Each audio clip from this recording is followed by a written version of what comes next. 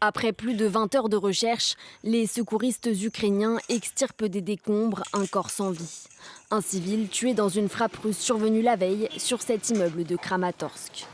Face à la multiplication des attaques russes, les autorités de cette ville de la région de Donetsk, dans l'est de l'Ukraine, ont ordonné mercredi soir l'évacuation d'environ 500 enfants et leurs familles qui vivaient encore dans la ville.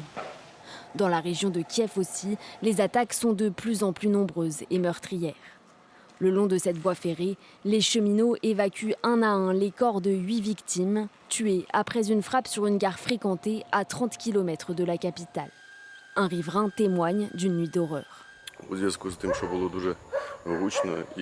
Le bruit était assourdissant et comme l'alerte aérienne était toujours en cours, je n'osais pas regarder autour de moi.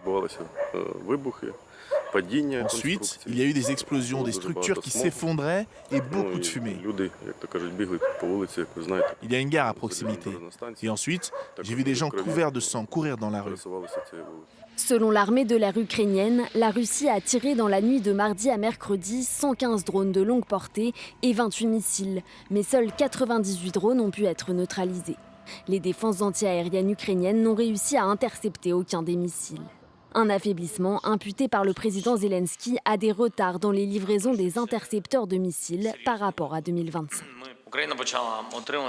L'Ukraine a commencé à recevoir environ 3 fois moins de missiles antibalistiques pour défendre notre État.